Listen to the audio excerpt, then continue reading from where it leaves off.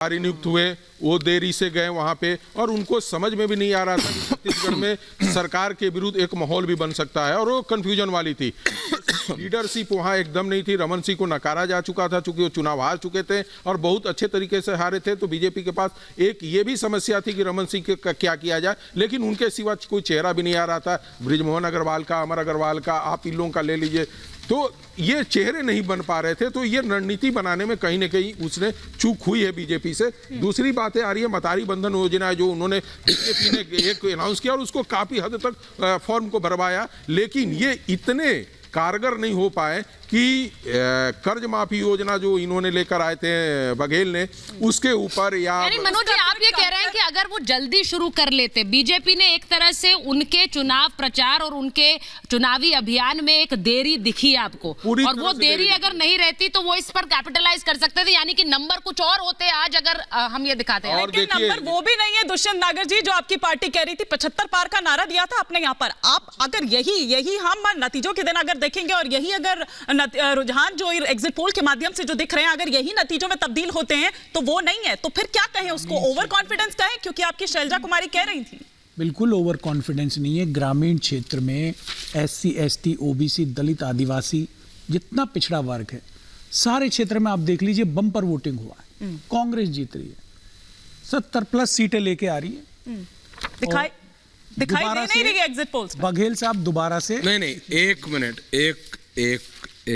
दुष्यंत जी मुझे ये बताइए, एब्सेंस नहीं, दुष्यंत जी क्या बोलेंगे? भूपेश बघेल को आप बोल रहे हैं करप्शन इशू नहीं, भूपेश बघेल अगर जीतते हैं, एक भी नहीं, भूपेश नहीं, करप्शन इशू नहीं है, कांग्रेस पार्टी के लिए नहीं है, मेरे को पता है। भूपेश बघेल पे कोई ईडी क्या नहीं है भूपेश बघेल नहीं लगाई गई? अरे ईडी की रिमांड कॉपी में लिखा है page number 5 paragraph 5A Shubham Gupta कि इतने पैसे जिसका मुख्यमंत्री के लिए दिए। बहरहाल भाई जनता, देखो भाई जनता जनार्दन है और इस नंबर्स में मालिक है। जनता जनार्दन भरोसा है। लेकिन मनोज जी मेरा ये आपके नंबर पे एक सेकंड, ये भैया एक सेकंड जरा पहले नंबर्स पे बात कर लेते हैं Abhishek. On the numbers of Chhattisgarh, भैया छत्तीसगढ़ के नंबर्स पे, on the numbers of Chhattisgarh, absence of leadership. अब मैं दोबारा जा रहा हूं, रमन सिंह को पूरी तरह एब्सेंशिया में रखा गया। आपने कहा हार गए थे, कोई और था नहीं। वो बीजेपी की इंटरनल डायनामिक्स है, वो कोशिश कर रहे थे कि they should get a new face. नया फेस कोई आया नहीं, पुराना फेस चला नहीं। रमन सिंह को उन्होंने आखिरी टाइम पे दोबारा, आपने देखा गृह मंत्री खुद गए, अमित शाह खुद गए, उनका नामांकन दाखिल करवाया, रोड शो कराया, सब किया, लेकिन इंपैक्ट नहीं हुआ। रमन सिंह इज मोर और लेस पॉलिटिकली डेड। उनको पॉलिटिकली, और बीजेपी ने खुद किया, बीजेपी ने खुद किया, क्योंकि रमन सिंह के अंदर भी थोड़ा सा पुत्र प्रेम आ गया था, माने ना माने अभिषेक सिंह को पुश कर रहे थे। अभिषेक सिंह में कितना कैलिबर है, वहां की स्टेट लीडरशिप ने उसको रिजेक्ट कर दिया और उसका रिजल्ट दिख रहा है बीजेपी। तो छत्तीसगढ़ की बात हमने यहाँ पर की, बात मध्य प्रदेश की भी कर लेते हैं, जहां पर एग्जिट पोल्स में, अकॉर्डिंग टू एग्जिट पोल्स, यहां पर बीजेपी की सरकार बनने का अनुमान लगता हुआ नजर आ रहा है। सीधे तौर पर संकेत मिल रहे हैं कि मध्य प्रदेश में बीजेपी की सरकार बन सकती है। मैट्राइज रिपब्लिक के जो मतलब एग्जिट पोल है, सुचरिता वही कह रही थी कि उसमें आपकी सरकार बनती दिख रही है, शिवराज सिंह दोबारा जीतते दिख रहे हैं मैट्राइज के एग्जिट पोल में। निश्चित रूप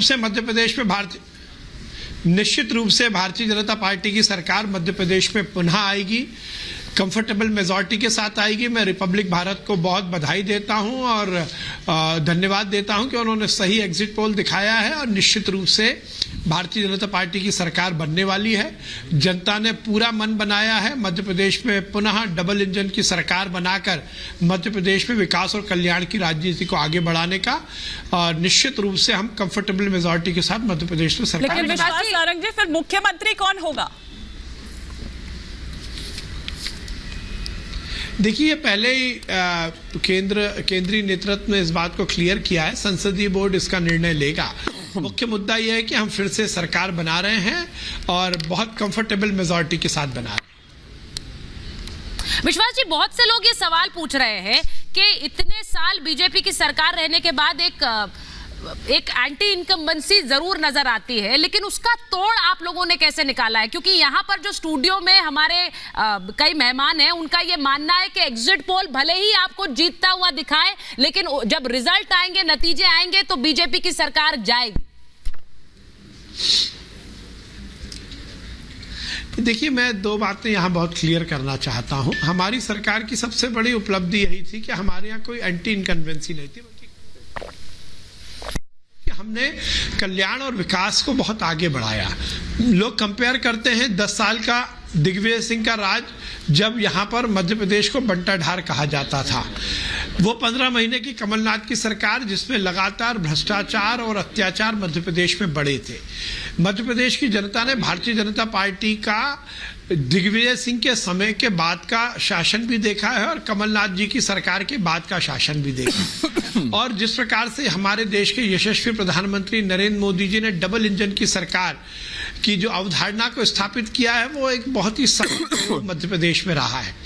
तो जनता ने माना है कि डबल इंजन की सरकार फिर से मध्य प्रदेश में बननी चाहिए और विकास और कल्याण एक एक जन तक पहुंचे और मध्य प्रदेश इस देश का सर्वश्रेष्ठ राष्ट्र बने। उस के लिए मध्य प्रदेश की जनता ने भाजपा को फिर से चुनने का मन बनाया और वोट दिया है। विश्वास जी, ये ऐसा कहा जा रहा है, बार बार पूछा जा रहा है यहाँ स्टूडियो में भी, क्योंकि अभी यही चर्चा चल रही थी कि मध्य प्रदेश में चुनावों में आप लोगों ने किसी नाम का ऐलान नहीं किया। भले ही शिवराज सिंह चौहान सत्ता का चेहरा रहे हैं मध्य प्रदेश में, लेकिन वो चेहरा जो है उनके नाम को बीजेपी ने आगे नहीं किया। लेकिन क्या उनके नाम का फायदा मिला है? बाकी लोग जो इस चुनाव में रहे, बहुत से केंद्र के चेहरे इस बार चुनाव में उतारे गए, हर किसी वोटर को लगा कि शायद हमारा चेहरा भावी मुख्यमंत्री हो सकता है। तो आप लोगों ने फायदा तो ले लिया उसका शायद, लेकिन किसको आप आगे करेंगे ये बताया नहीं। देखिए, मैं आपको यहाँ स्पष्ट करना चाहता हूँ, Bharatiya Janata party cadre base party है। हमने कलेक्टिव लीडरशिप के साथ ये चुनाव लड़ा और इस तरह का कोई द्वंद्व या मतभेद या मनभेद मध्य प्रदेश में कहीं भी नहीं है, भारतीय जनता पार्टी में कहीं भी नहीं है। मुख्य मुद्दा यह है कि हम मध्य प्रदेश में विकास और कल्याण को सर्वोच्च स्थान तक पहुँचाने के लिए सरकार में आना चाहते हैं और सरकार के माध्यम से जनता की सेवा करना चाहते हैं। और जनता ने इस बात को पूरी तरह से एहसास भी किया है कि हमने विगत सरकारों में भी जो कहा है वो किया है। हमने महिला सशक्तिकरण की बात हो, रोजगार की बात हो, शहर के विकास की बात हो, गांव के विकास की बात हो, खेत की बात हो, खलिहान की बात हो, मजदूर की बात हो, किसान की बात हो, हमने हर वर्ग का और हर क्षेत्र का विकास किया है। एक सर्वस्पर्शी और सर्वव्यापी सरकार चलाकर हमने